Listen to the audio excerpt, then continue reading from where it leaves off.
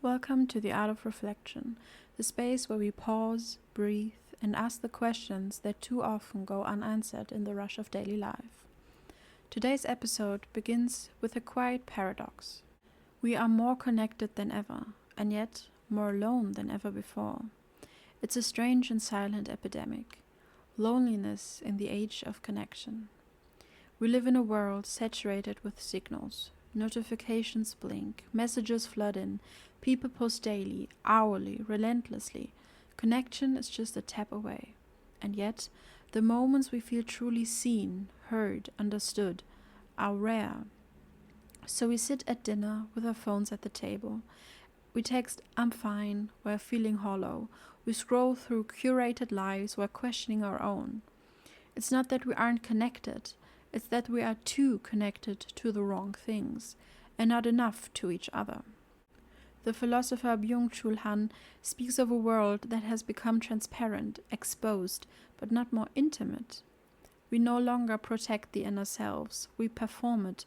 We polish it. We reduce it to data, views, likes, responses. And so connection begins to erode. It becomes more about visibility than vulnerability. We are seen constantly, but rarely felt. We have attention, but no presence. We have reach, but not resonance.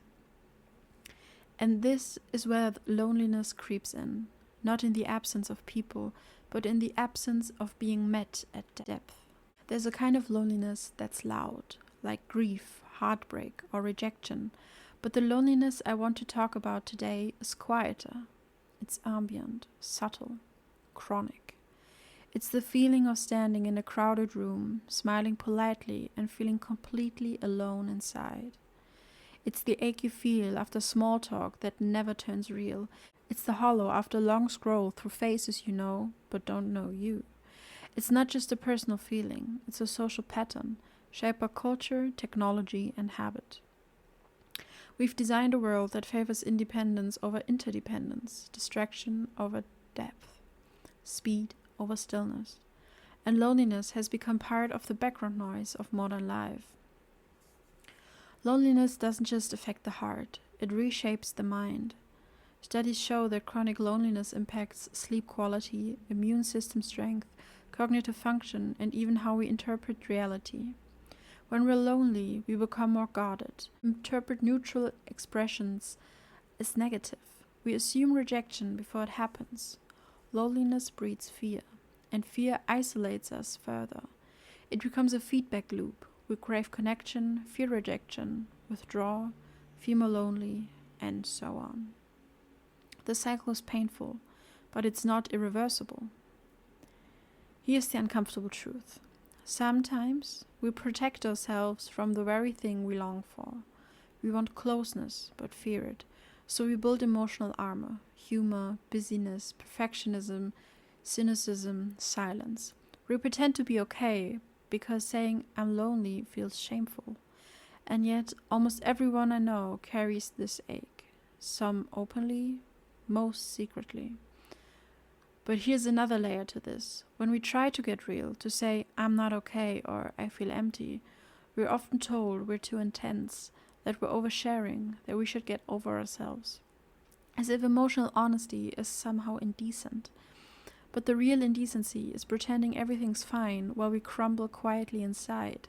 The silencing, subtle or explicit, teaches us to perform wellness instead of seeking healing. And the irony is, the thing that could bring us closer together is the very thing we're told to hide. Another dimension to this: belonging. Belonging is not the same as having people around. It's not even the same as being liked. To belong is to be known and loved as you are. In many places, we fit in by changing ourselves. We mute our weirdness, we soften our opinions, we hide our grief or joy or doubts. And in doing so, we gain acceptance, but lose authenticity. That's not belonging, that's adaptation. True belonging is rare, because it requires mutual courage. Let's talk briefly about social media. Not to demonize it, but to look at its effect honestly. We're now living in a constant comparison. Every scroll is an invitation to feel behind, unlovable, or unseen. You see friendships you're not part of. events you weren't invited to, perfect couples, perfect meals, perfect mornings, and so your own life, in its normalcy, starts to feel insufficient. You think, why do they all seem so connected while I feel so alone? But here's the secret. Many of them feel the same way. They're just better at pretending. But what if loneliness isn't just a curse? What if it's also a signal? A signal that we're meant for more than a surface, a reminder that the soul craves mutuality, not metrics, that presence matters more than performance. Loneliness reveals what connection should feel like. It's pain, it's a sign that we are wired for deep, reciprocal, meaningful bonds, and maybe that ache, uncomfortable as it is an invitation to realign.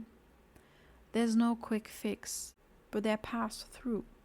Some thoughts: name the loneliness, say it aloud, even if only to yourself. Reach out imperfectly.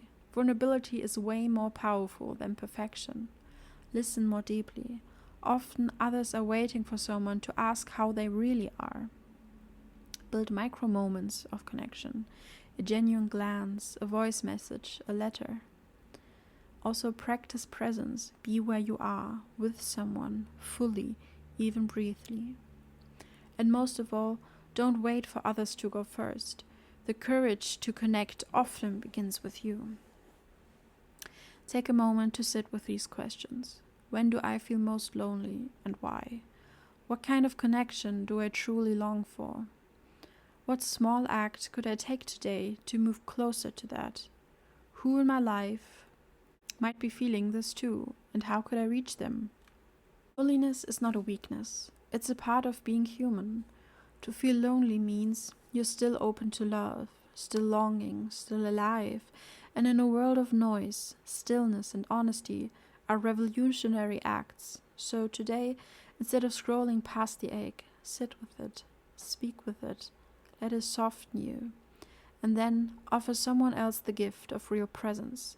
You never know what that small moment of truth might shift. Thank you for spending this time with me on Art of Reflection. If this episode resonated, consider sharing it with someone who might need to hear. You're not alone in feeling alone. And if you want to keep exploring the deeper questions with me, make sure to follow, subscribe, or support the show.